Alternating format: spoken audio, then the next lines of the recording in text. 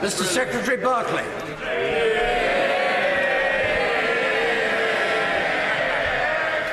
Mr. Deputy Speaker, can I join the Right Honourable and Learned Member for Holborn and St Pancras in welcoming new members to the House and also in reflecting the positive tone of the debate and the marked contrast that has been with previous debates in the previous Parliament. And can I also join him in congratulating and welcoming back the member for Fareham as a new mum to return her valued contributions to this House.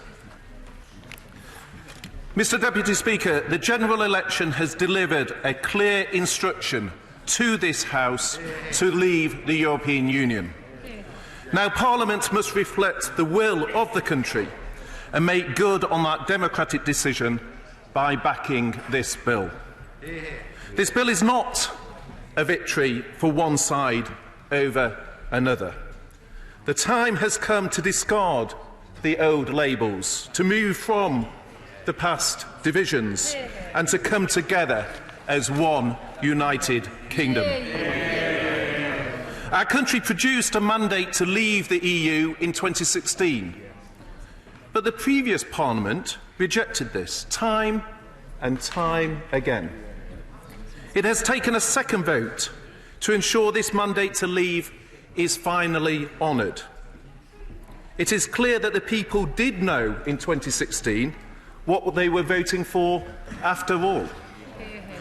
Despite this, efforts of those determined not to accept the referendum result, we now have the opportunity in this House to end the delay and to forge a new relationship, both with our neighbours in Europe and indeed within this House. And it is reflecting that spirit that I very much welcome the speech of the member for South Shields, who said she would support the bill in the lobby this evening. Before, Mr. Deputy Speaker, turning to the substance of the bill, may I congratulate the member for Belfast South for her very impressive maiden speech. She showed that she will contribute greatly to the work of this House, and her point about reconciliation struck a timely tone. The member for North Down also gave an excellent maiden speech, as indeed did the member for Stirling, who spoke powerfully of his opposition to Brexit, albeit in leaving an EU institution to come here, he has started his own Brexit as we vote on the bill.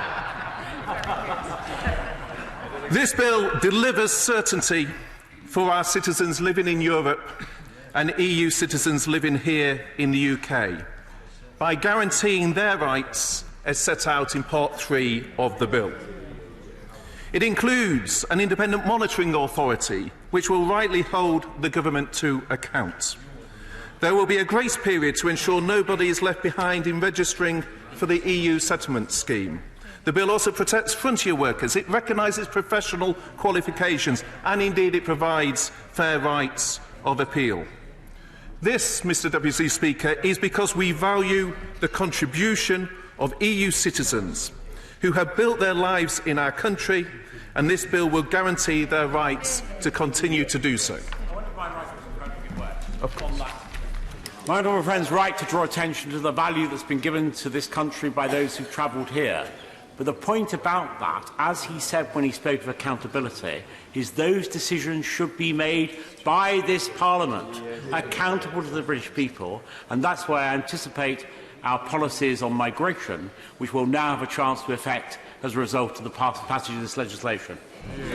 Well, my right honourable friend has always been a champion of the sovereignty of this House, and I will come on to how this bill indeed champions the very sovereignty I know he cares so passionately about. But the bill also unlocks confidence for our businesses by ending the dither and delay, which in turn will unlock huge new investment in our economy, ensuring more and better jobs. And this bill provides control for our Parliament, as indeed my right honourable friend reflects.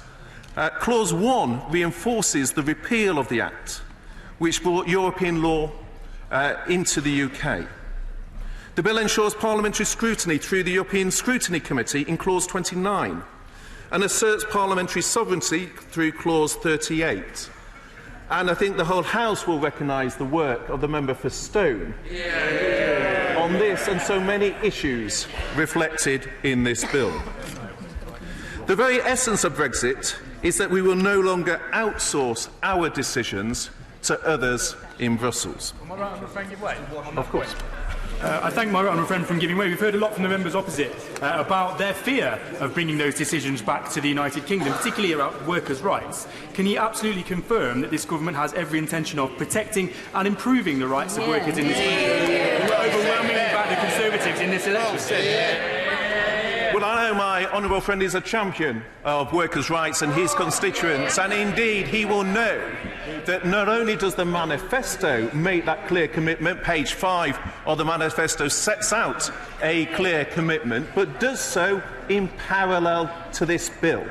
Because this bill is about implementing into domestic law the international agreement my right honourable friend the Prime Minister has reached with the EU.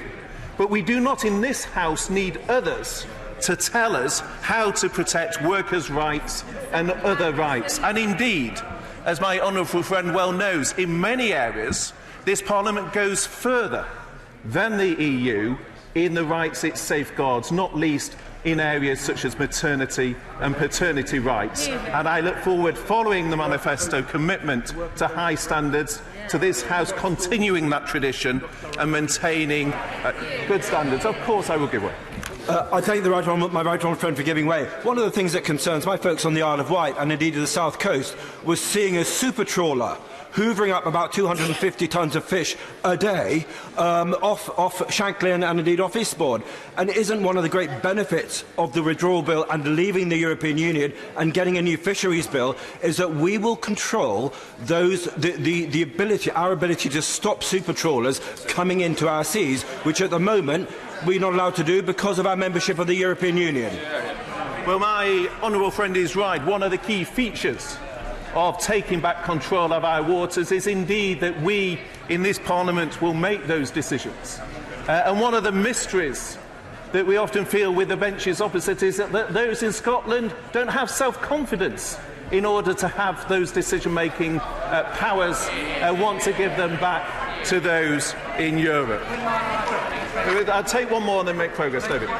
Listening with great interest to what my right honourable friend is saying, but can he also confirm that when we leave the EU we'll have control over our taxes again and we can make decisions on VAT and all the other taxes we want to do? Well, my honourable friend is right, and indeed if you look what we will do with the control of our taxes, the commitments in our manifesto, and also what this government has already done to raise the amount people can earn before they pay tax, because we believe in backing those who wish to work and provide for their families, and our tax system will do exactly that. Mr Deputy Speaker, along with the terms of our withdrawal, this bill reflects the political declaration which sets out the framework of our future relationship. Now, we need to get on with negotiating on this basis so we can agree our future relationship by the end of the implementation period on 31st December 2020. The Shadow Brexit Secretary referenced Clause 33. Clause 33 reinforces a commitment given by the government in its manifesto not to extend this period.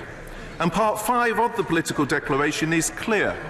We are committed to developing in good faith agreements giving effect to our future relationship, the cornerstone of which is a comprehensive free trade agreement by the end of 2020. Now, the Shadow Brexit Secretary said Clause 33 was ridiculous, but it is not ridiculous to act on manifesto commitments that we have given to the electorate. And indeed, it is not ridiculous when the EU themselves, in the political declaration, has agreed to the timetable to the end of December 2020 on which we make that commitment. And indeed, if that was the central concern of the benches opposite, you would have thought that would have been better reflected in talks on earlier deals when the party raised many other objections which underlined the fact that they simply did not want to see Brexit delivered at all. Mr Deputy Speaker, we now have a deal that reflects both the single largest democratic exercise in British history in the referendum and the defining issue of the general election. It is the time to end the delay, to come together and heal our divisions, and above all to listen to the people we serve. The British public have given their instruction. This bill delivers Brexit. I commend this bill to the House.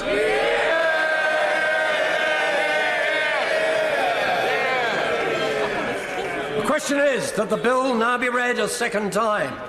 As many of that opinion say aye? Aye! The contrary, no? No!